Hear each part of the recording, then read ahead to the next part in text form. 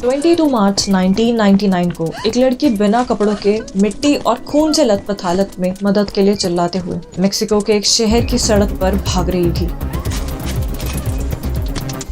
22 साल की सिंथिया विचल आज से 3 दिन पहले 19 मार्च को किडनैप हुई थी और अब 3 दिन के बाद जब उसको मौका मिला तो अपने किडनैपर्स को चकमा देकर वो भाग निकली।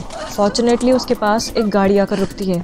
गाड़ी में एक औरत थी जिसने सिंथिया को इस हालत में देखते ही पुलिस को कॉल किया और इसी के साथ भांडा फूटा एक सेक्स रैकेट का, जिसमें औरतों को किडनैप करके उनको सेक्सुअली टॉर्चर किया जाता था और ये सब कर रहा था डेविड पार्कर रे।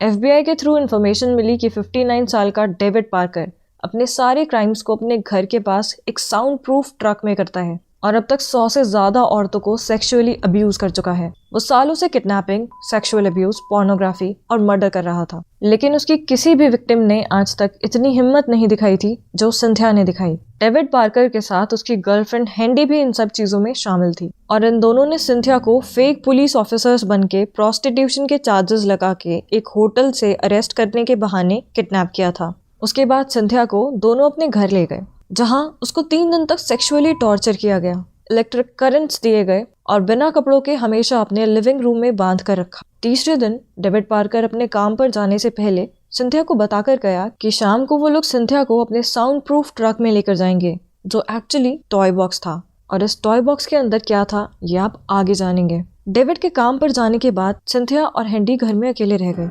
अचानक घर के फोन पर कोई कॉल आई और हैंडी फोन रिसीव करने के लिए चली गई। सिंथिया के पास वाली टेबल पर चाबियां पड़ी थी। उसको लगा कि यही मौका है। सिंथिया ने अपने पैरों को किसी तरह टेबल तक पहुंचाया और वहां से चाबी उठाई। इस टाइम सिंथिया जरा भी शोर नहीं कर सकती थी। सिंथिया उन चाबियों को ट्राई कर लॉक्स खोलने की कोशिश करने लगी। इतने में हैंडी वापस आ गई। सिंथिया ने तब भी हिम्मत नहीं हारी और वो ट्राई करती रही। इसी बीच दोनों में लड़ाई शुरू हो गई, लेकिन लकीली ताला खुल गया और सिंथिया के हाथ एक आइस पिक लगा, जिससे सिंथिया ने हैंडी को मारा और वहां से भाग निकली। सिंथिया ने पुलिस को जो अपने टॉर्चर के बारे में बताया, उस सब से डेविड के खिलाफ इन्वेस्टिगेशन स्टार्ट हो गई और सभी जगह न्यूज़ फ्लैश होने लगी। कुछ दिनों बाद एक और लड़की सामने आई जिसने बताया कि वो कुछ साल पहले 4 दिन के लिए किडनैप हुई थी, जिसके बाद वो नशे की हालत में बीच पर पड़ी मिली थी। डेविड अपने सभी विक्टिम्स को मारता नहीं था।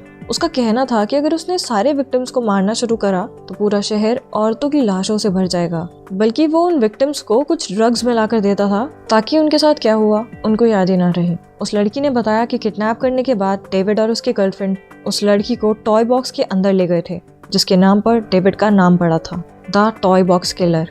FBI डेविड के खिलाफ सबूत इकट्ठे करने लगी, जिसके बाद उनको डेविड और हैंडी के घर से सबूत मिलने शुरू हुए, जैसे टॉर्चर के दौरान रिकॉर्डेड वीडियोस जिनको डेविड डार्क वेब पर बेचता था, विक्टिम्स की फोटोज और टॉय बॉक्स के अंदर बहुत सारी चेन्स, रस्सियां, ताले, वेब, चाकू, मेडिकल टूल्स जैसे गायनोकोलॉजिकल टेबल, कैमरा, हैंडकफ्स, बहुत सारे टॉर्चर टूल्स और कॉफिन। टॉय बॉक्स के अंदर एक पोस्टर भी था जिस पर लिखा था सेटन्स डेन, जिसका मतलब था शैतानी गुफा। टॉय बॉक्स के अंदर एक टीवी भी था जिसके अंदर डेविड की खुद की एक रिकॉर्डिंग बनी हुई पड़ी थी, जो वो हर विक्टिम को किडनैप करने के बाद सुनाया करता था ताकि उसे हर विक्टिम को बार बार एक्सप्लेन ना करना पड़े। उस रिकॉर्डिंग में डेविड अपने विक्टिम्स को बता रहा है कि उनको यहाँ पर क्यों लाया गया है और आने वाले दिनों में डेविड उनके साथ क्या क्या करेगा।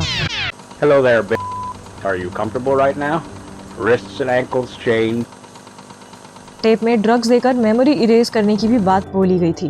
अब FBI को सबूतों के साथ गवाहों की भी जरूरत थी, इसीलिए FBI हर एक रिकॉर्डेड टेप को बारीकी से जांचने लगी और उनको एक टेप मिला जिसमें एक लड़की को सेक्सुअली टॉर्चर किया जा रहा था। वीडियो में उस लड़की का चेहरा साफ नहीं था, लेकिन उसके पैरों पर एक चिड़िया का यूनिक टैटू था। पुलिस उस टैटू को न्यूज़ चैनल्स पे चलवाती है, जिसके बाद वो औरत सामने आती है, जिसके बाद वो बताती है कि 1 साल पहले वो 2 दिन के लिए गायब हो गई थी और बेसुध हालत में एक नदी किनारे मिली थी। उन 2 दिनों में उसके साथ क्या हुआ उसे कुछ याद नहीं। लास्ट चीज उसे याद थी कि वो डेविड के शहर घूमने आई थी, जिसके बाद उसकी मुलाकात एक बार में डेविड की बेटी से होती है जिसका नाम था जेसी।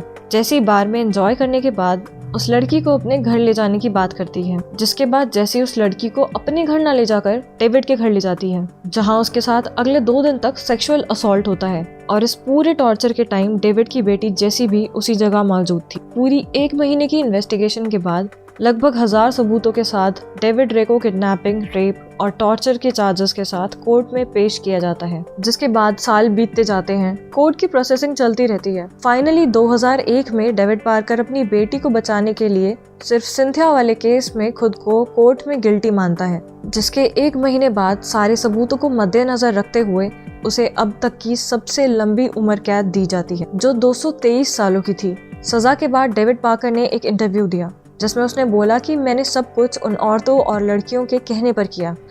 So did Ray ever do anything against the wishes of a sex partner? No.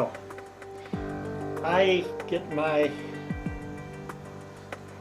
excitement from making a woman happy.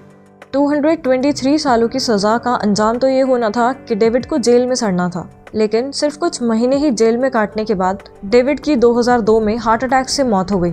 David की गर्लफ्रेंड हेंडी को डेविड का साथ देने के लिए 36 सालों की सजा हुई, जिसमें से 20 सालों की सजा काटने के बाद अभी 4 साल पहले 2019 में वो जेल से बाहर आ गई। डेविड की बेटी जेसी रे को टैटू वाली लड़कियों को किडनैप करवाने और सेक्सुअली टॉर्चर करवाने के जुर्म में सिर्फ 2.5 सालों की सजा हुई।